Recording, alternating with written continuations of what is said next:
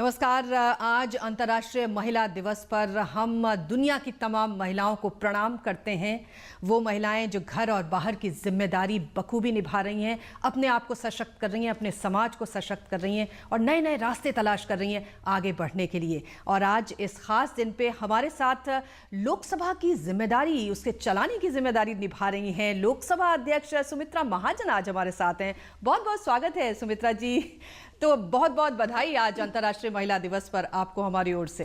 Thank you, बहुत धन्यवाद। और आपको भी बधाई महिला दिवस की, क्योंकि सभी महिलाओं को बधाई है ये तो। जी, बहुत मुश्किल होता है घर को संभालना और आप तो लोकसभा को संभालती हैं, उसको चलाने की जिम्मेदारी आपके कंधों पर है। कितनी मुश्किल या कितनी आसान है एक महिला के लिए ये जिम्मेदारी संभालना? सही में देखा जाए तो महिला के लिए कोई काम कभी मुश्किल नहीं होता है। That is what I feel. क्योंकि एक महिलाओं में एक जो मातृत्व का गुण है, महिला बहन के नाते भी अपने घर में सबको संभालती है। जैसे वो जो हर रिश्ते को महिला निभाती है, मतलब पुरुष भी निभाता है मगर महिला जितनी आत्मीयता से निभाती है, तो वो कहीं ना कहीं उसके अंदर बात है। और इसलिए लोकसभा में भी मैं जब बैठती हूँ, मेरे से जो बड़े हैं उनको सम्मान दे करके कुछ ये करना, मेरे से जो छोटे हैं तो जैसे मेरे छोटे भाई बहन हैं, लाइक दैट यू कैन। पर कई बार काफ़ी नटखट हो जाते हैं आपके भाई बहन तब उनको संभालना इतना आसान नहीं होता। ये बात तो है। देखो, वैसे तो काम आसान नहीं है आज, मगर वो ऐसा होता है ना कि उस पर भी करना पड़ता है और हावी हो जाती हूँ मैं भी कई बार। फिर कभी गुस्सा करती हूँ, कभी प्रेम से समझाती हूँ। आफ्टर ऑल स्पीकर का रोल क्या है? स्पीकर को केवल इतना है कि उसको सदन चलाना है। गवर्नमेंट का जो भी बिजनेस आए वो बिजनेस पूरा करना है। और इसमें वो देखना है कि सभी पार्टी, सभी सदस्य, उनको किस तरीके से एक समतोल मौका मिले और बात भी बन जाए। ये तीनों बातें ध्यान में रखना होती है। तो कोशिश करती हूँ, कभी सफल होती हो, कभी असफल होती हो। जी, लेकिन बात से बात निकलती है और आपने कहा कि बात को संभालना एक बहुत बड़ी कला है। ये बताइए कि महिलाओं की जो ये बात है, उनकी जो आवाज़ है, उसको उठाना एक सबसे बड़ी ज़रूरत है। और आपने अभी एक इनिशिएटिव लिया जबकि आपने जनप्रतिनिधियों की एक सम्मेलन को यहाँ दिल्ली में बुलाया, जिसमें तमाम सांसद थी, विधानसभाओं की महिला सदस्याएँ थी, मंत्री थी, मुख्यमंत्री थी पूर्व। कैसा रहा आपका ये एक्सपीरियंस और क्यों ज़रूरत पड़ी इस सम्मेलन को बुलाने की? एक तो क्यों ज़रूरत पड़ी, ये बड़ी बात है, क्योंकि महिलाओं के सम्मेलन तो होते रहते हैं और सालों साल से चल भी रहे हैं। महिलाओं ने संघर्ष भी बहुत किया अपने जीवन में, यानी शिक्षा प्राप्त करने के लिए भी महिलाओं को हालांकि ये कुछ ही सालों से हुआ है, यानी मैं कहूँ पुरातन काल में ऐसा नहीं भी होगा, लेकिन संघर्ष तो पुरातन काल में भी हुआ है। लेकिन अभी जो संघर्ष करना पड़ा है स्त्री को, वो ऐसा है कि शिक्षा पाने के लिए भी संघर्ष है सालों साल का। मैं कोई ये अभी 8-10 साल की बात नहीं कर रही हूँ। फिर शिक्षा पाने के बाद एक सम्मान का भी संघर्ष होता है। मिलता नहीं है ऐसा नहीं, घर में कई बार मिलता है, कई बार नहीं। लेकिन दूसरी एक सहभागिता का संघर्ष, ये सभी स्त्री को जीवन में करना पड़े है। और हम देखते हैं उसकी एक लंबी गाथा, अगर सुनाना हो तो लंबी गाथा है, अगर कहना हो तो हम ये भी कहते हैं कि महिलाओं को बिल्कुल पूजन किया जाता था, महिलाओं को सम्मान दिया जाता था। मगर ये दोनों बातें साथ साथ चली, कभी कम कहीं ज्यादा। कभी ऐसा भी हुआ है कि महिलाओं का अच्छा सम्मान था, मगर एक समय ऐसा भी आया कि बिल्कुल ऐसा हुआ कि महिलाएं घर के अंदर जैसी बंद हो गई। कई कारणवश हो गया, मगर हो गया। होते होते बाहर झांकने लगी, होते होते उनकी शिक्षा की बात कई सारे मनीषियों ने, यानी जैसे महाराष्ट्र में ज्योतिबा फुले ने किया हो, तो पश्चिम बंगाल में हमारे इन्होंने किया संघर्ष, जो सती प्रथा राजा राम मोहन राय ने किया हो, या अलग अलग जगह पे अलग अलग लोगों ने करके महिलाओं को, महात्मा गांधी ने सबसे बड़ा काम किया, मैं मानती हूँ कि एक बड़ी मात्रा में महिलाओं तक संदेश भी पहुंचाया और बड़ी मात्रा में महिलाओं को स्वतंत्रता संग्राम में सहभागी, उसके पहले भी होती थी, मगर मैं बड़ी मात्रा में कह रही हूँ, ये एक शुरू हो। लेकिन ये सब करते हुए मुझे कहीं ना कहीं लगा कि थोड़े अधिकार मिलते गए, सब कुछ हुआ। अब धीरे धीरे ऐसा हो गया, महिलाओं को अधिकार मिलते गए, महिलाएं बाहर आ गई, विभिन्न क्षेत्रों में काम करने लगी, वुमेन एम्पावरमेंट की बात हमने करी। ये सब कुछ होने के बाद ऐसा लगा, कब तक, कई बार ऐसा लगने लगा कि चर्चा केवल ये होती है महिलाओं को अधिकार चाहिए, चर्चा केवल ये होती है कि महिलाएं आज भी पीड़ित है। वो है, मैं ये नहीं कहती नहीं है, लेकिन कभी ना कभी इससे बाहर भी आना पड़ेगा कि यस, जो पीड़ित है उनकी मदद करेंगे। मगर अब हम बाहर आ गई है, अब हमने भी कुछ जीवन में पाया है, तो हम इस देश को भी कुछ दे सकती। तो मतलब यही उद्देश्य था आपका इस कॉन्फ्रेंस के मेरा पीछे? ये उद्देश्य था कि now we must come out and we must have that mentality कि यस, जब हमें कुछ मिला है तो अब हमें देश को कुछ देना है। हम दे क्या सकते हैं जी, तो क्या देती कुछ तो है जी, क्या कुछ आउटकम निकला उस कॉन्फ्रेंस का? किस तरह के विचार महिलाओं के सामने आए और आपकी जो ये प्रेरणा थी उसके पीछे, क्या वाकई वो उसे समझ पा रही थी? हाँ, बहुत समझ पाई। मैं सच बताती हूँ, महिलाओं की वैसे भी मैंने कहा ग्रहण शक्ति तो बहुत है ही, ऐसा नहीं है। तो महिलाएं, किसी किसी ने बात कुछ अलग करी होगी कि अभी भी हमें ये चाहिए, रिजर्वेशन चाहिए, सम्मान चाहिए, अत्याचार होते ये, मगर इन जनरल अगर आप देखो तो महिलाएं इस बात को समझी, क्योंकि वापसी के समय वो बोल भी रही थी जब, कि मैं जो चाहती थी कि ये जो वुमेन लेजिस्लेटर्स हैं, चाहे एमएलए हो चाहे एमपी हो, ये एमएलए एमपी जो है वो अपने नीचे जो महिलाएं हैं दूसरी, जैसे सरपंच हो, नगर पंचायत अध्यक्ष हो, अभी जितना भी ऊपर से कोई प्रोजेक्ट आता है वो समझ करके करना और वो नीचे तक पहुंचाना, तो ये ब्रिज का काम करे। ये भी उसके पीछे एक उद्देश्य था कि वो ऐसा काम करे कि उनको फिर समझाए, उनको भी। कई बार हम बोलते हैं ना, सरपंच पति वो ज़्यादा काम आगे आता है। हम अगर जाए तो महिला, हम बोल सकते हैं उसको कि यू कैन, जब मैं कर रही हूँ तो भी कर सकती है। ये विश्वास जगाना, तो पहले मेरे मन में विश्वास हो कि ये मैं जो कर रही हूँ। तो ये 2-3 उद्देश्य जो थे कि एक तो जब लॉ बनता है, विभिन्न इसमें हम काम करते हैं, तो सभी मिनिस्ट्रीज़ में, not only women development ministry, लेकिन कल फाइनेंस में भी हमारा से होना चाहिए। अगर महिलाएं बैंकों के अध्यक्ष बन रही है तो पार्लियामेंट में हो या लेजिस्लेटिव असेंबली में हो, फाइनेंस में क्या हो रहा है हमने ध्यान देना चाहिए। गृह मंत्रालय में क्या होना है हमने ध्यान देना चाहिए। उस तरीके से उसको मोड़ना पड़ेगा।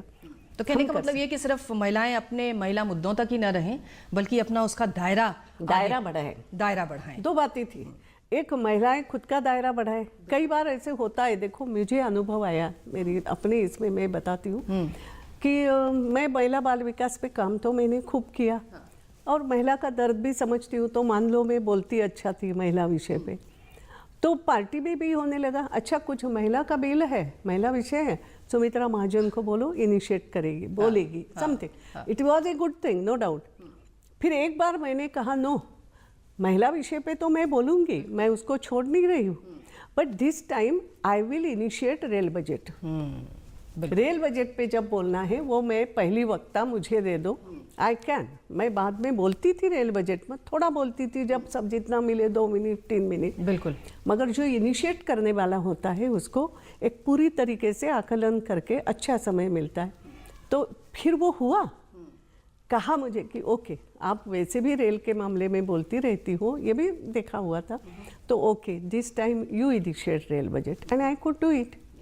एक बार मैंने कहा था कि मुझे फाइनेंस बिल पे बोलना है, अच्छा। भले ही मुझे 2nd 3rd ये दे दो, पहला नंबर नहीं बोलूँगी मैं, 3rd मेरा दे रहा चलेगा, 5 मिनट क्यों न, मगर मैं फाइनेंस बिल। कहने का मतलब ये कि महिलाओं को भी थोड़ा इनिशिएटिव लेना पड़ेगा। तो इसलिए मेरा एक उद्देश्य ये था इस पूरे इसके कि हम करेंगे, we will build resurgent India. ये जो एक भाव था कि हम कर सकते हैं, मगर वो करने के लिए मुझे ये चौफेर अभ्यास भी करना पड़ेगा। तो महिलाओं पे वो भाव आ गया। यस, वो मैंने देखा कि उन्होंने जाते समय जिस तरीके से मिल रही थी जी, भाग भी लिया, हिस्सा लिया। बात आखिर कहीं ना कहीं जो अपना दर्द है वो तो आता है कि अभी भी महिलाओं की स्थिति ऐसी, मगर नहीं, हम दे भी सकते हैं। मतलब देश और समाज के लिए आपको क्या करना है वो भी जरूरी है। How you will build the nation, ये भाव तो आगे। सुमित्रा जी, एक बात बताइए कि जिस तरह की हम देख रहे हैं जो प्रतिनिधित्व है महिलाओं का, अभी आप देख लें तो 11% से ज़्यादा महिलाएं तो हैं नहीं। क्यों इस तरह से हम महिलाओं का प्रतिनिधित्व बढ़ा नहीं पाए? अगर हम दुनिया भर का भी प्रतिशत देखें तो 22% से ज़्यादा महिलाओं की भागीदारी बनती है, बैठती है। क्यों हम ये भागीदारी बढ़ा नहीं पा रहे हैं? इसीलिए इसमें भी महिलाओं को ही इनिशिएट लेना, और महिलाएं कर रही है। एक बात क्या होती है, हमारी पूरी जो चुनाव की पद्धति है, अब कई बार ये होता है अरे चुनाव आजकल ऐसे हो गए हैं, पैसा भी ज़्यादा लगता है, धन बल, बाहुबल, सो मेनी बल एकत्रित आते हैं, और कैसे महिला करेगी, नहीं कर सकती है। हमें ये सब तोड़ना तो पड़ेगा। No, why not, we can. ठीक है, कई बार मैं आपको बताती हूँ, मैं किसी पार्टी को दोष नहीं देती, मगर पार्टी में भी कई बार ऐसा भी होता है, अच्छा ये सीट नहीं जीतेगी क्या, दे दो, कोई महिला चाहती है तो दे दो। मगर ऐसे में भी महिला ने अच्छा करके दिखाया है। आई एम चैलेंज के साथ में कह रही हूँ, यस, क्योंकि उसकी जो सिंसियरिटी है ना, तो वो कहीं ना कहीं काम करती है। सुमित्रा जी, तो मेरा ये कहना, आपने जो कहा ना 12% है, 12% तक तो आ गए ना। जब मैंने शुरुआत करी थी, मैं पार्लियामेंट मेंबर बनी, तो उस समय मुझे लगता है 6-7% या समथिंग था। अभी हाईएस्ट है इस समय। हाँ, अभी हाईएस्ट है। तो अब ये जागृति तो आ रही है। और what I am saying is कि केवल मैं राजनीति में नहीं बोल रही हूँ। I am not talking about only about the percentage in parliament और इन विधानसभा। जीवन के सभी क्षेत्रों में जब यहाँ से, क्योंकि हम लोगों के सामने ज़्यादा रहती है, हम in the sense we politicians. आप देखो, मैं कई बार बोलती हूँ, पत्थर भी मारना हो तो पॉलिटिशियंस आसान ये है, टारगेट है मारना, उसको सामने दिखता रहता है, कुछ भी हो जाए तो पॉलिटिशियन। तो अगर है तो उसका उल्टा फायदा भी हम उठाएं कि वही पॉलिटिशियन वुमेन, बिल्कुल हम मोड़ सकते हैं कई सारी चीज़ें। सुमित्रा जी, एक ब्रेक ले लेते हैं और ये बातचीत हमारी जारी रहेगी। हम ये भी बात जानना चाहेंगे सुमित्रा जी से कि कितने सालों से जो बिल लंबित है, खासतौर से महिला आरक्षण को लेकर संसद और विधानसभाओं में, क्या वो कभी हम उसे होता हुआ देख पाएंगे क्या? एक छोटा सा ब्रेक, तुरंत हाजिर होते हैं।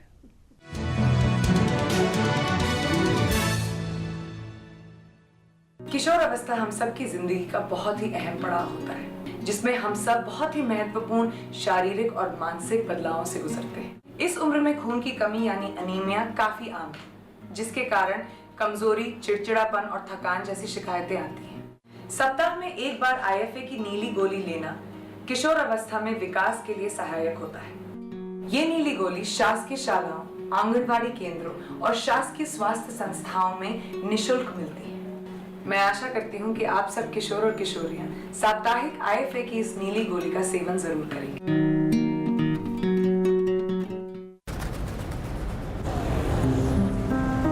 ये चांदनी का चौक है। ये रविंद्र का सेतु है। मरीना का बीच है ये आजाद का मैदान है। खड़े सिंह दा मार्ग है। चित्तरंजन का एवेन्यू है ये।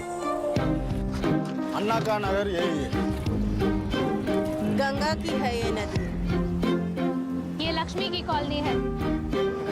बंकिम का स्ट्रीट है ये। नरीमन का पॉइंट है ये। और मैं तुम्हें इसे गंदा नहीं करने दूंगा। यहाँ कचरा नहीं फेंकने दूंगी। पान नहीं थूकने दूंगा। केले का छिलका नहीं फेंकने दूंगी। अगर एक बार 125 करोड़ देशवासी तय कर ले कि मैं गंदगी नहीं करूंगा, तो दुनिया की कोई ताकत नहीं है जो हिंदुस्तान को गंदा कर सके। स्वच्छ भारत, एक कदम स्वच्छता की ओर। बहुत बहुत बधाई हो, आपने अपने बच्चों को पोलियो से बचा लिया। लेकिन जब तक दुनिया में पोलियो का एक भी केस है, पोलियो का खतरा बना हुआ है।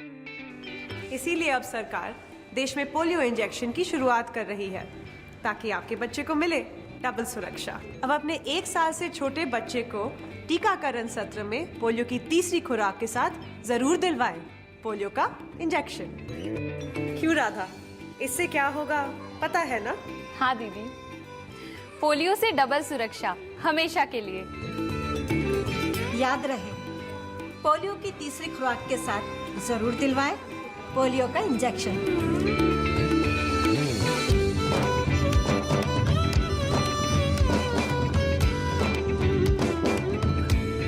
अधिक जानकारी के लिए अपने पास के स्वास्थ्य केंद्र, ANM या आशा दीदी से संपर्क करें। NRI लड़के से शादी हुई तो फैमिली में सब बहुत खुश हुए, लेकिन विदेश पहुंचकर मालूम पड़ा कि मेरे हस्बैंड ने शादी के लिए सब झूठ बोला था। काम काज से लेकर प्रॉपर्टी तक के बारे में सब इन्फॉर्मेशन गलत थी। मेरे साथ उसका बर्ताव दिन पर दिन खराब होता गया, मारपीट, मेंटल टॉर्चर। और जब पता चला कि वो पहले से ही शादीशुदा है तो मैं बिल्कुल टूट गई। विदेश में रहते हुए उसके चंगुल से निकलना मेरे लिए मुश्किल था। NRI लड़के से शादी तय करने से पहले उसका employment record, social security number, passport details और मैरिटल स्टेटस के बारे में अच्छी तरह से जान लेना बहुत ही जरूरी है। और ध्यान रखें, NRI शादी को भारत में ही कानूनन दर्ज करवाएं। गलत NRI शादी में फंस चुकी कोई भी महिला तुरंत मदद के लिए पुलिस और एम्बेसी में संपर्क कर सकती है। और साथ ही राष्ट्रीय महिला आयोग की वेबसाइट पर जाकर NRI सेल में ऑनलाइन कंप्लेंट भी रजिस्टर कर सकती है। मैं अमिताभ बच्चन आज आपके सामने वो कहने जा रहा हूं जो मैंने पहले कभी नहीं कहा।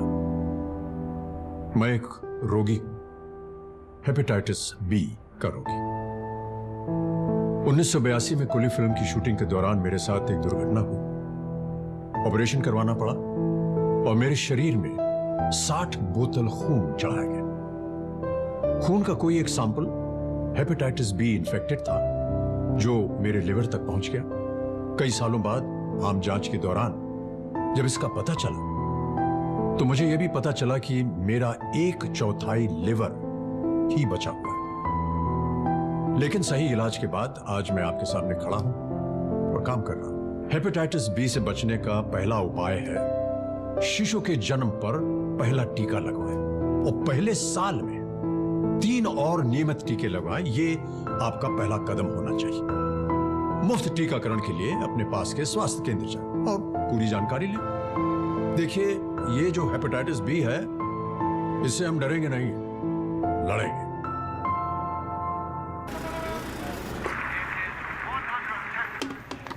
आप सबने दुनिया भर में क्या मिसाल बनाई है। जिस सफाई से आपने कचरा वहीं फेंक दिया।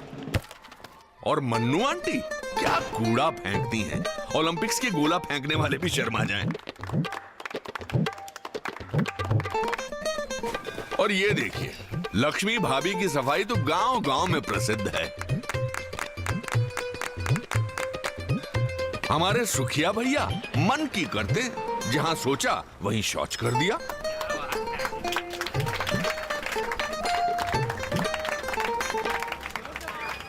ये देश जो आप ही का घर है, उसे क्यों गंदा करते हैं? थोड़ी शर्म कर लो, सोच स्वच्छ कर लो। अगर एक बार 125 करोड़ देशवासी तय कर ले कि मैं गंदगी नहीं करूंगा, तो दुनिया की कोई ताकत नहीं है जो हिंदुस्तान को गंदा कर सकती है। स्वच्छ भारत, एक कदम स्वच्छता की ओर।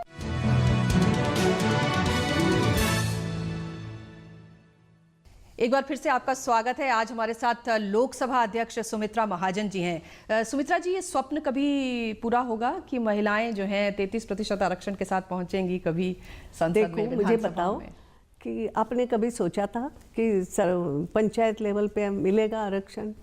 नॉट ओनली दैट, यहाँ से तो 33% की बात करी गई थी पंचायतों में, मगर उसके बाद स्टेट ने जब देखा कि no we can do it, तो 50% कई स्टेट ने कर दिया। अपने आप में महिलाओं की ये समझ करके किया ना कि yes they have some potential, और कर दिया। हो सकता है महिला वोटर को लुभाने के लिए किया, क्योंकि ये भी क्यों लुभाने के लिए कि महिलाएं वोटिंग में ज़्यादा आने लगी है।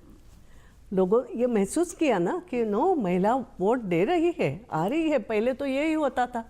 मुझे याद है, मैं आपको बताऊं, मैंने बहुत पहले के इंटरव्यू जब चुनाव होते थे एक प्रदेश में, किसी प्रदेश का नाम नहीं लेती, बट आई हैव सीन कि वहाँ ऐसे बोला गया, क्या ज़रूरत है महिला को वोट देने की, हम ही डाल देते हैं। आपको भी याद होगा किसी एक प्रदेश में इस तरीके से बात हो रही थी। मगर अब ऐसा नहीं है। अब महिलाएं खुद लाइन लगा के आती है, तो जागृति तो आ गई।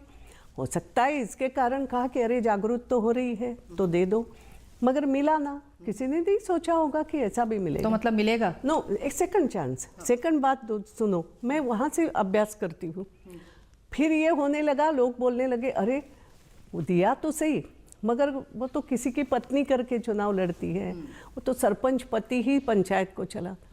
आपने देखा होगा, now you will get so many examples in Rajasthan, even Madhya Pradesh, even in Haryana, पढ़ी लिखी महिलाएं आगे आने लगी, पंचायत चला रही है। और पढ़ी लिखी नहीं भी हो तो भी पंचायत की बात, गुजरात में, अलग अलग प्रदेशों में, सभी का प्रदेश में उदाहरण इक्के दुक्के तो होंगे ही, तो अपने दम पर पंचायतें चलाने लगी। ये दृश्य तो आ गया ना, कभी सोचा होगा कि ऐसे हो, बट इट हैज़ हैपन। तो मैं हमेशा आशावादी रहती हूँ जी, और हो जाएगा, मगर मैं उसके लिए पहले ये करती हूँ जो है उसको उनमें उनका तो कॉन्फिडेंस में बढ़ाऊँ। बिल्कुल बिल्कुल बिल्कुल, वो होगा, आज नहीं होगा, 2 साल बाद होगा। तो मुझे तो इसमें आप पूरी आशावादी बिल्कुल कॉन्फिडेंट जी। सुमित्रा जी, तो बहुत की लड़ाई की बात नहीं है, होगा। अपने आप समाज समझेगा कि यह आवश्यकता समाज की है तो होगा। अब तुम रोक नहीं सकते हो, अब तो यह आएगी ही, ये यहाँ तक आ गई। अब तुम बताओ, कई महिलाओं ने, वो हेड है, हेड ऑफ द पार्टी कौन है, पार्टी बनाई अपने दम पे, बिल्कुल कुछ भी हो।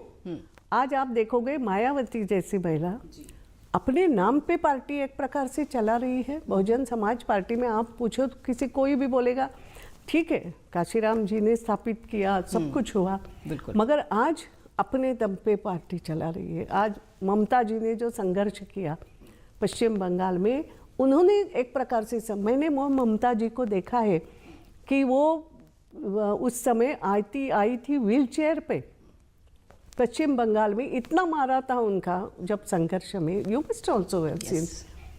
और आज ममता जी अपने दम पे पार्टी खड़ी करके आज वो मुख्यमंत्री, ऐसे कई है, जयललिता हो, सो मेनी आर देयर, और ऐसी जो जितनी भी सीएम हैं, मगर आज करी ना, एक एक पार्टी की प्रमुख है, उनके नाम से पार्टी जानी जाती है। तो मुझे बताओ, कोई रोक सकता है क्या? कोई नहीं रोक सकता। इसलिए मैं आशावादी कोई नहीं कि इट कैन। जी सुमित्रा जी, बात अगर सदन को चलाने की करें तो हम देख रहे हैं कि बहुत ज़्यादा डिसरप्शंस में आ जाती हैं, बाधित हो जाता है सदन, डिसेंट को दिखाने के लिए, अपोजिशन को दिखाने के लिए। क्या ये एक सही तरीका है? अपोजिशन को जताने के लिए आप अवरोध पैदा कर देते हैं, आप कार्रवाई को बाधित करते हैं, क्या ये एक तरीका है अपनी बात को कहने का? एक्चुअल देखो, आपने ये भी देखा, उसमें भी थोड़ा बदलाव तो आया। ये शुरू में चल रही थी और उसमें कई बार ऐसे भी भाव हमारा बनता है कि अरे अपोजिशन का तो ये काम है बाधित करना, ये बनता जा रहा था।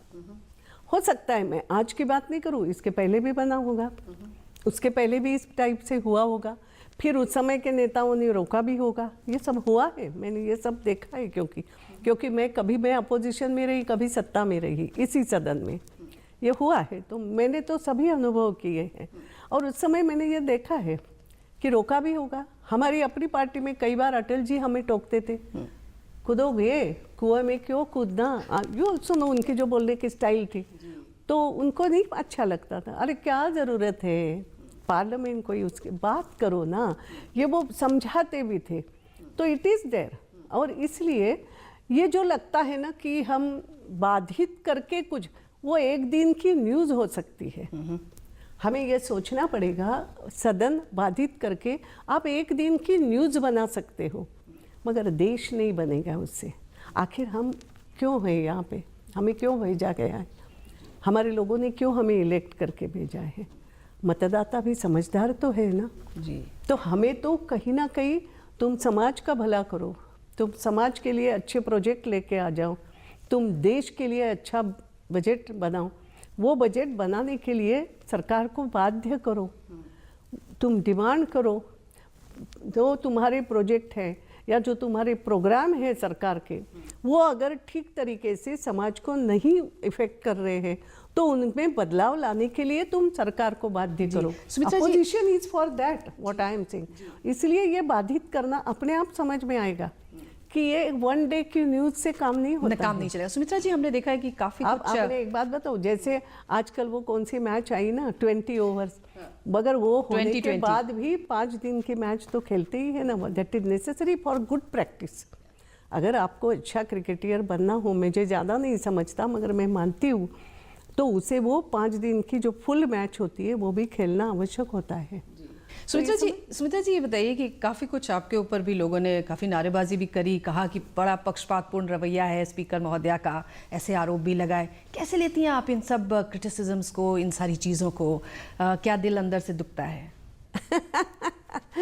देखो क्या होता है, कई बार मैं बोलती हूँ कि राजनीति करना हो तो दिल को थोड़ा समझाना पड़ता है कि ये दिल तो ज़्यादा बीच में मत आए क्योंकि राजनीति भी दिमाग से ही चलती है ना। बार बार दिल दुखेगा तो कैसे, ये तो होना है।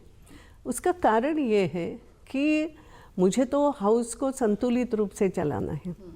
अपोजिशन डेफिनेटली ट्राई करेगा कि हम ज़्यादा से ज़्यादा समय छीने, सदन का समय तो तय है, अब उसमें से समय भी हम ज़्यादा से ज़्यादा कैसे हम छीन के हमारे पक्ष में करें। नॉट ओनली दैट, वातावरण भी हम हमारे पक्ष में करने के लिए कैसे ज़्यादा से ज़्यादा प्रयास करें। बोलने का मौका भी ज़्यादा से ज़्यादा हमारे सदस्यों, या हम जो बोल रहे हैं वही बात ज़्यादा से ज़्यादा कैसे लोगों की आंखों में जाए, ये सब प्रयास होगा। और ये अपोजिशन भी करेगा। अपोजिशन को नहीं करने देने के लिए सत्ताधारी पक्ष भी उसी तरीके से कुछ कर, इट विल गो ऑन। अब आपको उसमें समन्वय साधना है, आपको उनको समय भी देना है, मगर ऐसा भी नहीं है कि सब कुछ तुम ले जाओगे। हमें तो सदन चलन, और इसलिए कभी यहाँ दुखेगा दिल, दिल वहाँ दुखता है, दिल वहाँ दुखेगा, कभी इधर दुखेगा, कभी सामने वालों का दुखेगा, यहाँ नहीं दुखना चाहिए। सुमित्रा जी, हमें याद है जब आपने 25 सांसदों को निलंबित भी कर दिया था, बड़ा कठोर रुख अपनाया था आपने। क्या आपको लगता है कि इस तरह की चीज़ों से फ़र्क पड़ता है सांसदों के व्यवहार पर? क्या उनको वाकई इस तरह की चीज़ों के साथ अनुशासन में लाया जा सकता है? देखो दो बातें हैं। जिनके खिलाफ कार्रवाई करी, ये भी आपने देखा होगा, बहुत नहीं चाहते हुए करी, मगर आपको भी कुछ ऐसा एक सेट करना होता है कि इट कैन, उनको भी ये मालूम करवाना होता है कि ये हो सकता है। ऐसा मत सोचो कि कुछ नहीं होगा, तुम सब कुछ करते रहोगे और कार्रवाई नहीं होगी। दूसरी बात ये है, जो बाकी के सांसद हैं उनको छोड़ करके दूसरे हैं, उनमें बहुत सारे फर्स्ट टाइमर हैं, उनमें कई सारे दूसरे पार्टियों के भी, छोटे छोटे पार्टियों के हैं, सत्ता पार्टी के भी है, सभी है। तो उनको भी एक वो सामने उदाहरण जाना चाहिए कि ऐसा नहीं है, ये भी होता है, तुम आए हो सदन में, समझ करके चलो। ये सदन की पद्धति है, सदन अपनी पद्धति से ही चलेगा। तो आपको उदाहरण सेट करना ही होते हैं सामने वाले के लिए। जैसे कई बार होता है ना कि घर में माँ बोलती है, भाई मैंने इसलिए तुम्हें डांटा कि तुम्हारे छोटे भाई बिगड़ न जाए। बोलती है ना, बड़े बड़े बेटे को कभी कभी बोलती है कि तुम्हें इसलिए जोर से डांटना, हो सकता है तुम्हारा आज का गुनाह थोड़ा कम हो। वो बोलता है, माँ इतना क्यों डांटा, मैंने इतनी क्या गलती। तो मैंने भी माँ के रूप में कभी कहा है कि आज तुम्हें जोर से इसलिए डांटा है जी कि तुम्हारा छोटा भाई नहीं देखे या छोटी बहन उसको देख करके समझ जाए। It is not only for you. तो ये जो मैंने कहा ना, ये जो माँ की एक समझ है बहला की, बिल्कुल, तो वो काम कर दे। तो हमें उम्मीद है कि ये माँ की समझ आपके साथ हमेशा इसी प्रकार से चलती रहेगी और इसी प्रकार से आप हाउस को चलाती रहेंगी। बहुत बहुत धन्यवाद और बहुत बहुत ढेरों बधाई आपको महिला दिवस पर हमारे ओर से। शुक्रिया जी, बहुत धन्यवाद। नमस्कार।